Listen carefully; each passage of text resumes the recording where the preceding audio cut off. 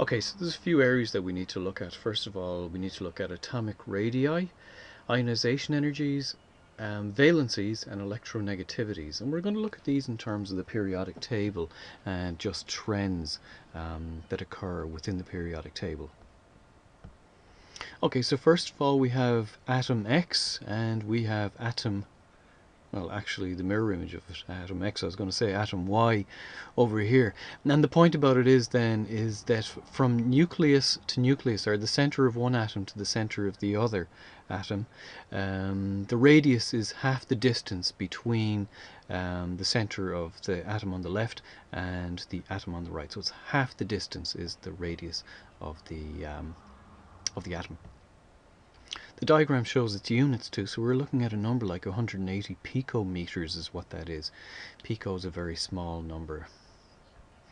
Okay, so on our periodic table you can see that as you go from left over to the right of the periodic table, you see that the atomic radii reduces. I mean, it's this size relatively speaking on the left, and as you move across to the right it becomes very, very small indeed.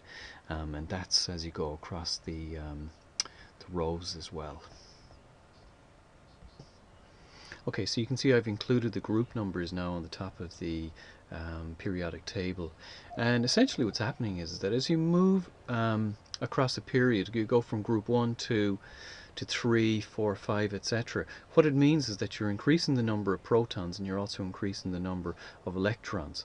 And because opposites attract, the more electrons you have and the more protons you have, the more attraction that there is between the protons and the electrons. So therefore the atomic radius decreases as the electrons are attracted towards the nucleus. So going from group 1 over to group 7 and 8, you see that the atomic radii decreases.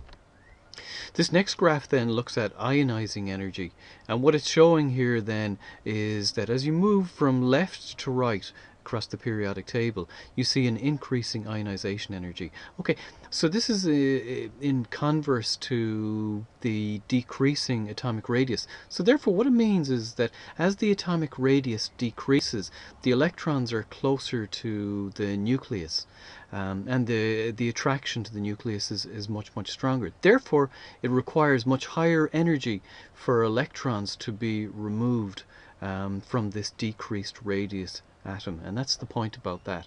So as you move from left to right across the periodic table, atomic radius decreases and the corresponding ionization energy, the energy required to move and the outermost electron, first outermost electron, increases.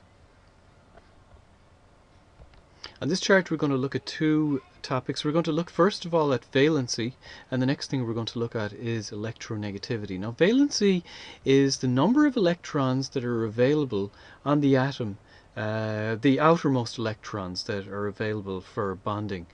So what it means is that, say, for in group 3, any of the elements as you move down group 3 will have a valency, or 3 electrons on their outermost shell available for bonding.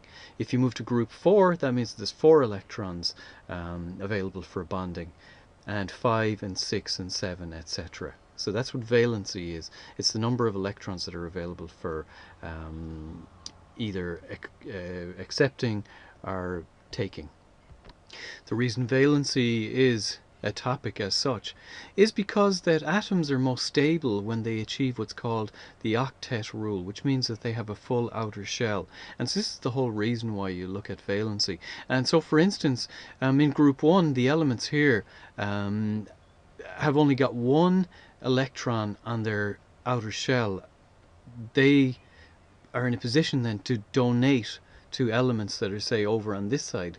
Say for instance fluorine here, or oxygen, wants to complete its outer shell. It's only got 6, but it's very close to having 8.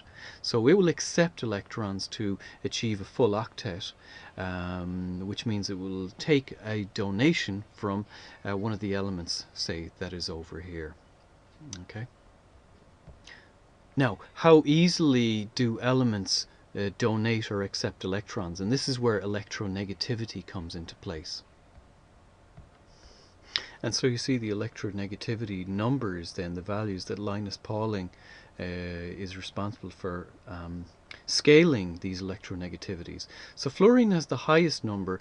It's got an electronegativity of 4, where I believe K, potassium, has an electronegativity of 0.8, which is one of the lowest.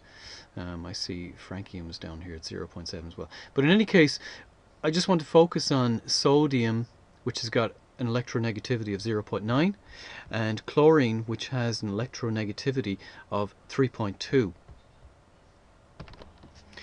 And if you do the subtraction on these two, the 3.2 minus the 0.9, what you get is a figure that I do believe is greater than 1.7. Yeah, for sodium chloride, the delta electronegativity, the difference in electronegativity, is 2.3, which is greater than 1.7, and of course it is ionic, as we know. It's a crystalline solid salt. So just to recap then, valence electrons, the electrons in the highest energy level, usually the S and P, and electronegativity is the measure of an atom's ability to attract electrons to itself, and it increases as you go across, as we just witnessed just prior to this.